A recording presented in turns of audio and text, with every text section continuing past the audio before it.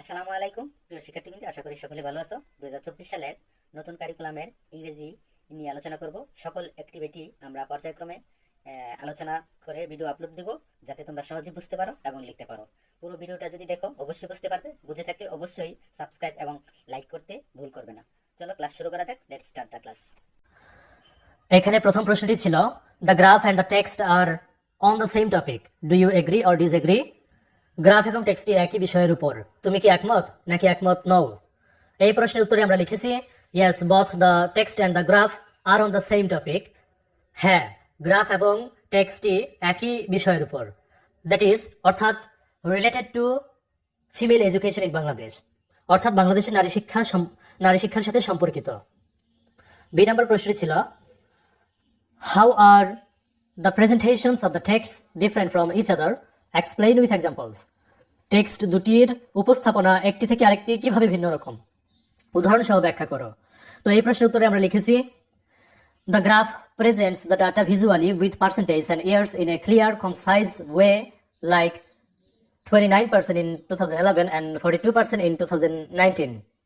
গ্রাফটি দৃশ্যত শতকরা হার ও বছর স্পষ্ট ও সংক্ষিপ্তভাবে উল্লেখ করে, যেমন 2011 সালে 29%, 2019 সালে 42%। অন দ্য আদার হ্যান্ড, অন্যদিকে, the text gives much description about the female education of Bangladesh, অন্যদিকে পাঠ্যটি বাংলাদেশের নারী শিক্ষা সম্পর্কে বেশি বর্ণনা দেয়। সি নম্বর প্রশ্নটি ছিল এরকম, can you think of any other way to present on the same topic? তুমি কি একই বিষয় উপস্থাপন করতে অন্য কোনো উপায়ের কথা বা পদ্ধতির কথা বলতে পারো? If yes, what is that? যদি হ্যাঁ বলো তাহলে সেটা কি? How is that different from this two? এটা কিভাবে এই দুটির চেয়ে ভিন্নতর? তো এই প্রশ্নের উত্তরে আমরা লিখেছি, yes, another way is rephrasing. হ্যাঁ, অন্য উপায়টি হচ্ছে rephrasing, which means expressing the same idea with different words, যেটার মানে হচ্ছে ভিন্ন ভিন্ন শব্দ ব্যবহার করে একই ধারণা প্রকাশ করা। এরপর ডি নম্বর প্রশ্নটি হচ্ছে এরকম, have you experienced the same topic presented in different ways? If yes, what was the topic and how were they presented? তুমি কি কখনো একই বিষয় ভিন্ন ভিন্ন পদ্ধতিতে উপস্থাপন করতে দেখেছ? যদি দেখো তাহলে এই বিষয়টি কি ছিল আর ওগুলো কিভাবে উপস্থাপন করা হয়েছিল?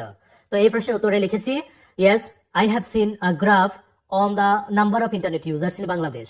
হ্যাঁ, আমি বাংলাদেশের ইন্টারনেট ব্যবহারকারীর সংখ্যার উপর একটি গ্রাফ দেখেছি। And I have also read a written article on the same topic. এবং একই টপিকের উপর একটি লিখিত আর্টিকেল পড়েছি।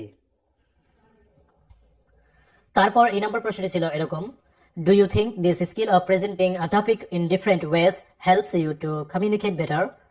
তুমি কি মনে করো একটি বিষয় বিভিন্ন উপায়ে উপস্থাপন করার কৌশল তোমাকে আরো ভালোভাবে যোগাযোগ করতে সহায়তা করে? If yes, explain with an example. যদি হ্যাঁ বলো তাহলে একটা উদাহরণ দিয়ে ব্যাখ্যা করো। তো আমরা উত্তরটি লিখেছি, ইয়েস, আই থিঙ্ক সো। হ্যাঁ, আমি তাই মনে করি। ফর ইনস্ট্যান্স, উদাহরণস্বরূপ, some people like graphs to check data within short time, while others want to get more informations from written text. উদাহরণস্বরূপ, কিছু কিছু লোক গ্রাফ পছন্দ করে অল্প সময়ে উপাত্ত দেখে নিতে, অন্যদিকে অন্যরা বেশি তথ্য সংগ্রহ করতে চায় লিখিত পাঠ্য থেকে। তো প্রিয়